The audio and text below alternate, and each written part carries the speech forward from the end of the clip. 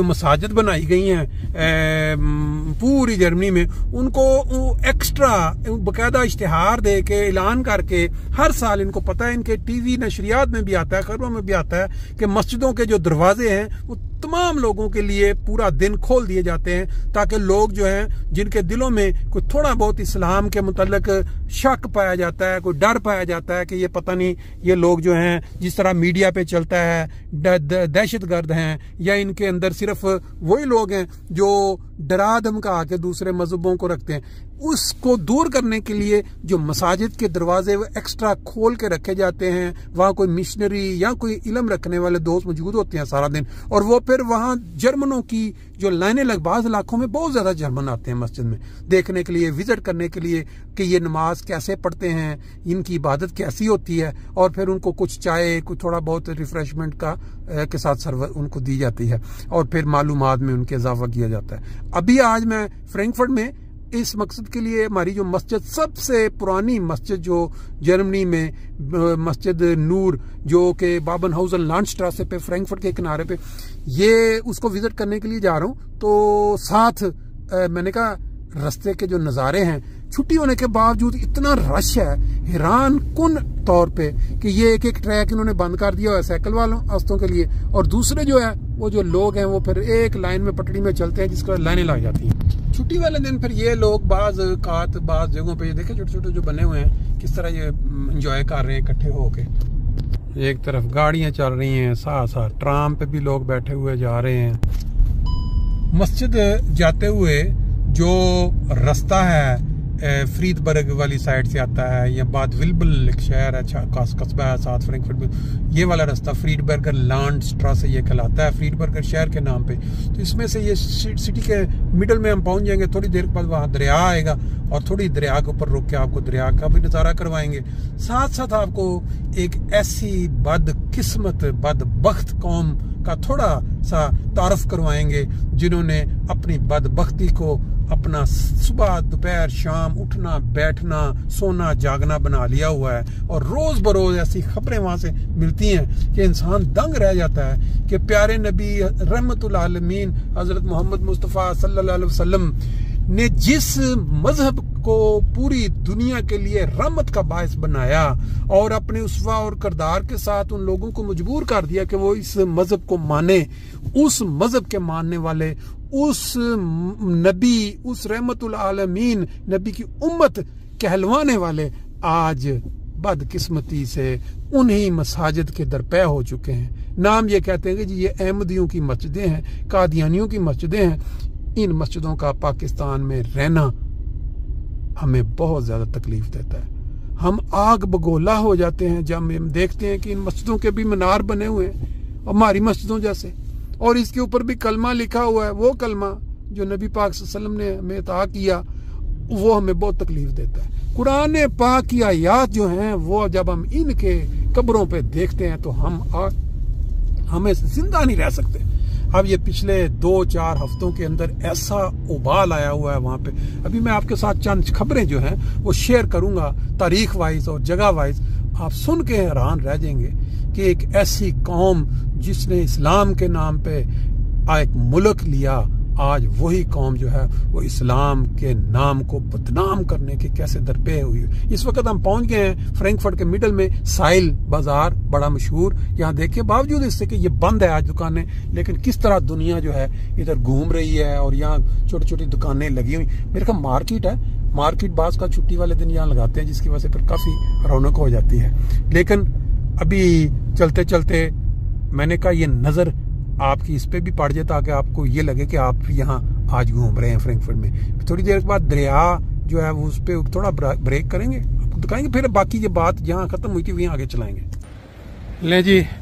Frankfurt के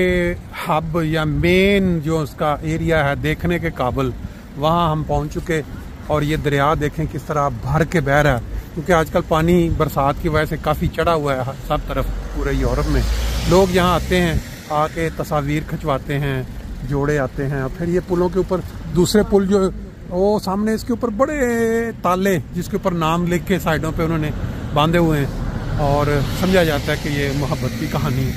सामने आप देख रहे हैं दरिया के अंदर वो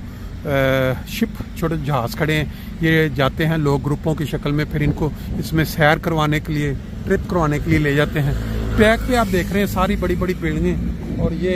आहिस्ता आहिस्ता जो है यहाँ नई से नई बिल्डिंगें जो हैं बन रही हैं। ये बिल्डिंगें बनती रहेंगी, ये दुनिया इसी तरह चलती रहेगी। इस मुल्क के अंदर मुसलमान बेशुमार, जो सिख हैं, हिंदू हैं, यहूदी हैं, जिस मज़हब के लोग यहाँ आबाद हैं, उनको एक दूसरे के साथ कोई सरोकार नहीं है, उनको एक दूसरे के मज़हब के साथ कोई तकलीफ नहीं है, उनको किसी किस्म की एक दूसरे के साथ ना मुखासमत है, ना उनको मुनाफरत है, और ना ही इनके लीडरों ने इनको सिखाया हुआ है। क्या मसला है मुसलमानों के साथ और ख़ास हमारे देश के अंदर लोगों में कि वो दावा ये करते हैं कि हम उम्मत हैं नबी पाक सल्लल्लाहु अलैहि वसल्लम की, जिन्होंने अपने उस्वा और नमूना से लोग जालिम से जालिम लोगों के दिल जीत लिए और उन्होंने इस्लाम कबूल कर लिया। और आज हम पूरी दुनिया के अंदर अपनी हरकत की वजह से मज़हब इस्लाम को बदनाम कर रहे हैं। कौन है जो आज ये दर्द रखता है इसके ऊपर कि ये जो जालिम लोग पाकिस्तान में इस वक्त ख़ास तौर पे जब से TLP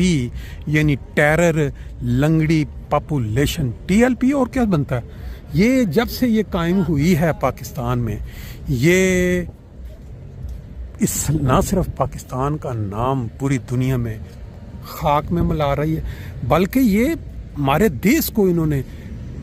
पूरी दुनिया के सामने एक जलील तरीन कौम, जलील तरीन मुल्क बना के रख दिया है। हर दूसरे दिन एक नई मस्जिद, नई कब्रिस्तान, नए क्या कहते हैं इल्ज़ाम तौहीन का लगा के किसी को मार देना। अब बात यहाँ तक पहुँच चुकी है, पहले तो ये जमात अहमदिया के ख़िलाफ़ ये हरकत करते थे, उनकी इन्होंने मस्जिदें तोड़ने का एक सिलसिला शुरू किया, जो महराब और मीनार। अभी आपके इल्म में है कि 30 सितंबर को बागपुरा लाहौर में एक मरकज़ था जहाँ नमाज पढ़ते थे, अहमदी लोग इकट्ठे होके अल्लाह की इबादत करते थे और अपने कुरान मजीद की तिलावत करते थे। यहाँ एक बच्चों की तरबियत के लिए प्रोग्राम रखते थे कि बच्चों को पढ़ाई की तरफ रग़बत लगानी है और बच्चों ने किस तरह पढ़ के कौम की खिदमत करनी है। तो वहाँ इन जिनका मैंने नाम लिया TLP के दरिंदे जो मजहबी मुनाफरत के मारे हुए हैं, उन्होंने कहा कि ये तो काम हमें मंजूर नहीं है। उन्होंने इकट्ठे होकर वहाँ की पुलिस के साथ रब्ता किया, जैसा कि आज का रिवाज चल रहा है। तो पुलिस वालों ने उनका साथ दिया, गए जाकर उन्होंने छापा मारा और वहाँ उस नमाज सेंटर को सील किया। इनकी दिल को ठंडक पड़ी और उसके ऊपर नाम रखा इन्होंने जी, ये जी गंद खाना, जहाँ नमाज पढ़ी जाती थी, अल्लाह की इबादत की जाती थी, उसको इन्होंने क्या नाम दिया, ये जो दरिंदे TLP के जो वहाँ नुमाइंदे, ये गंद खाना था। उसके बाद वहाँ उन्होंने कुरान पाक के नुस्खे और बाज़ और कुतब वो वहाँ उन्होंने ये कहा जी ये देखें, ये इन्होंने यहाँ रखी हुई थी, इसके ऊपर पर्चा करवाया मुरब्बी साहब और फिर एक नौजवान और एक वहाँ के सदर जमात, फिर ख़वातीन, और वो वहाँ सेंटर की बजाय वो अपना जो क्वार्टर था साथ, वहाँ प्राइवेट घर में उन्होंने रखा। ये पीछे से दाखिल हुए उस दरवाजे से जो कि खुलता था सेंटर में, वहाँ से गए क्वार्टर में, वहाँ से वो किताबें उठाई हैं और उन किताबों को बेस बना के इन्होंने वो जो FIR कटवाई है।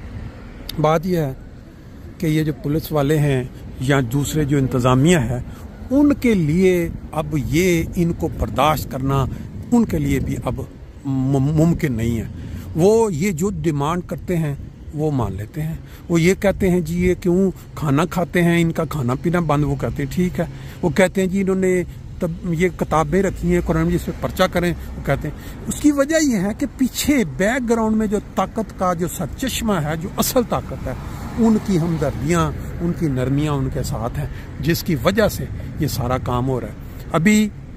जब मेरे सामने ये मंजर जर्मनी के आते हैं, पुरस्कून ट्रैफिक चल रही है, लोग आ जा रहे हैं, मुझे ख्याल आता है कि क्यों मुमकिन नहीं है कि हमारे मुल्क में भी हर इंसान को अपने काम से सरोकार हो, वो अपने अपने मज़हब के मुताबिक जिंदा रहे,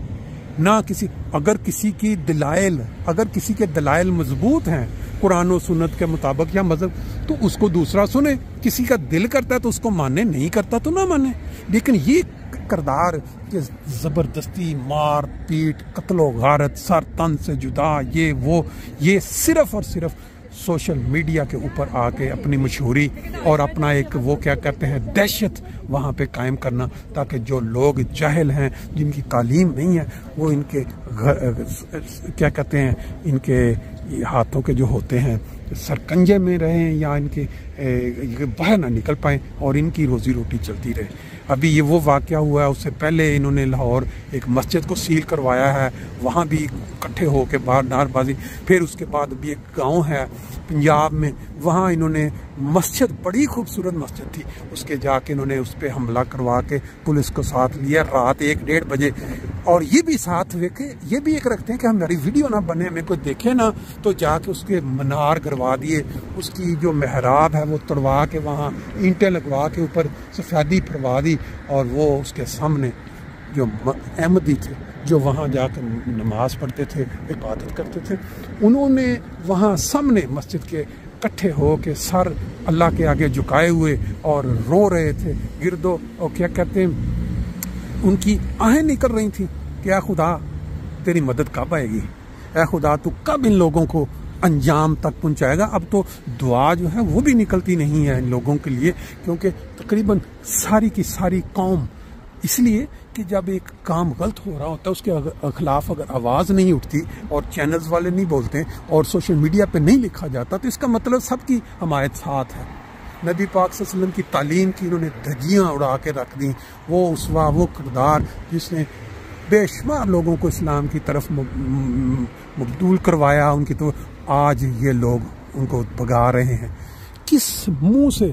किसी को कहेंगे कि इस्लाम है, इसकी तरफ आएँ और मुसलमान हो जाएं।